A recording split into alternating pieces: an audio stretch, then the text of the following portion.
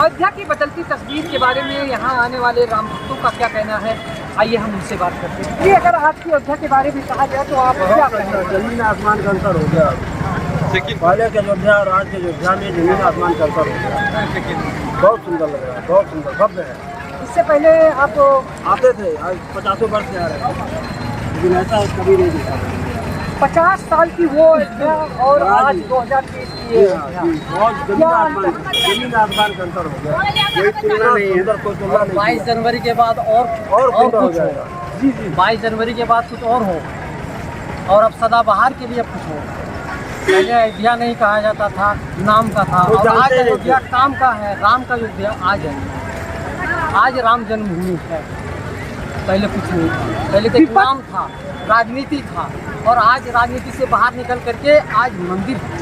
पहले मंदिर था राजनीति में, उठा पटक चलता था, और आज राजनीति बाहर निकल करके विपक्ष तो आज भी कहता है कि बीजेपी जो है राम मंदिर के नाम पर राजनीति कर रही है। मोदी आया, राम मंदिर आया। मोदी आया, मथुरा भी आ रहा है, और हिंदुस्तान का हिंदू धर्म जागरूक हो गया, सनातन अब जागरूक हो गया और जगा, और आगे जगा ही रहेगा। अब ये चुप नहीं बैठने का, और जहाँ भी है सनातन सब जगह पूरे भारत में जगने वाला है और जगता ही रहेगा। जैसा कि अभी आपने कहा ना कि राम मंदिर को लेकर के अयोध्या को लेकर के राजनीति होती रही है। विपक्ष आज भी कहता है 2024 में इस राम मंदिर का क्या फर्क पड़ेगा चुनाव, आप बताइए।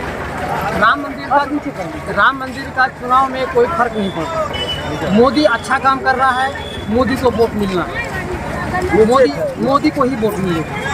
मोदी अच्छा काम कर रहा है, और इससे कोई बीजेपी को फायदा मिलेगा, बीजेपी को फायदा नहीं, केवल मोदी को फायदा मिलेगा। अगर बीजेपी को फायदा मिलता तो सभी प्रदेश में बीजेपी जीतता। बीजेपी हार क्यों रहा है?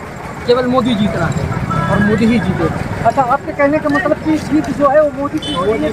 मोदी बेटा आप बताइए कि इस राम मंदिर का लोकसभा चुनाव पर क्या फर्क पड़ेगा 2024 में? देखिए, राम मंदिर का लोकसभा के चुनाव पे फर्क ये पड़ेगा कि जो लोग कभी अयोध्या धाम को देखे नहीं, अब अयोध्या के नाम का इतना प्रचार प्रसार हो गया है कि अब वो लोग भी आ रहे हैं अयोध्या में।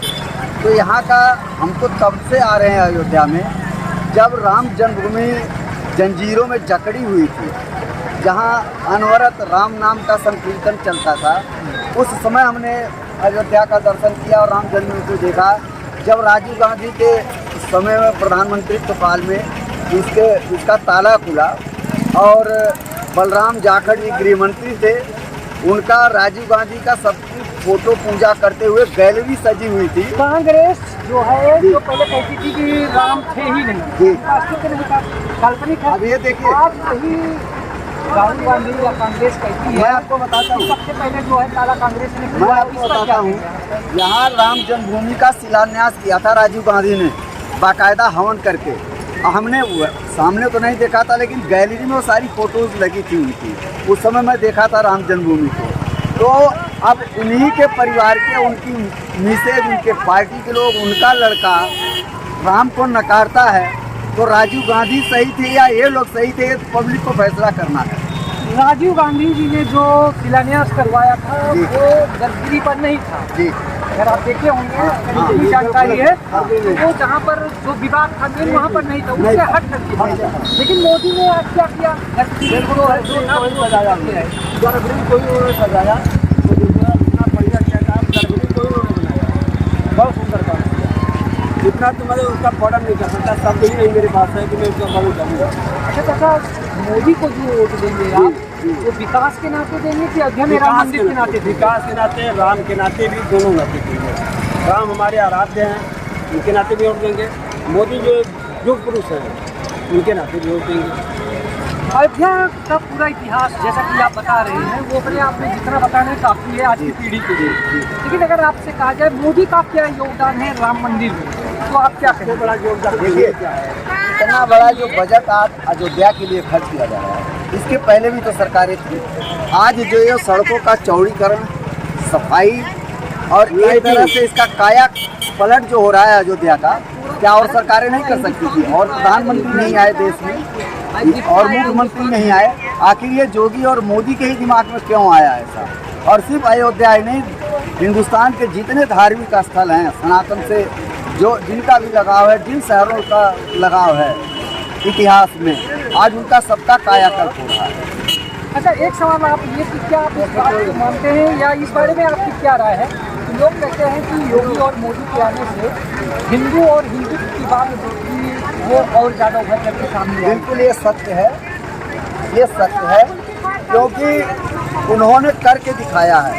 मोदी जी प्रधानमंत्री के साथ साथ एक तपस्वी हैं और हर मंदिर में, हर जगह धार्मिक स्थलों में जा करके उन्होंने जो पूजा अर्चना की है, इससे लोगों को धर्म के प्रति और आस्था जगी।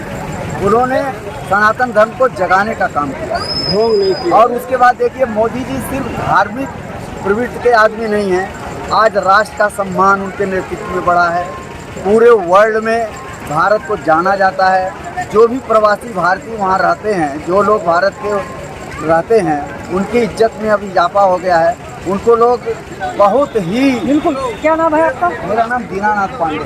दादाजी, आप बताइए कि जो अयोध्या की तस्वीर है जो बदल रही है, बदली हुई है, इसके लिए आप किसको मानते हैं कि हम जो एक चीज़ मैं और आपसे कहना चाहूँगा चैनल के माध्यम से कि हमने देखा है जो मूल रूप से अयोध्यावासी हैं, जो मूल रूप से अयोध्या के रहने वाले हैं, उन्होंने बहुत ही गरीबी और दरिद्रता झेला है, लेकिन राम का दामन नहीं छोड़ा। अयोध्या छोड़ के नहीं गए हैं वो, लेकिन आज ये सिद्ध होता है कि भगवान राम ने उनका दामन नहीं छोड़ा।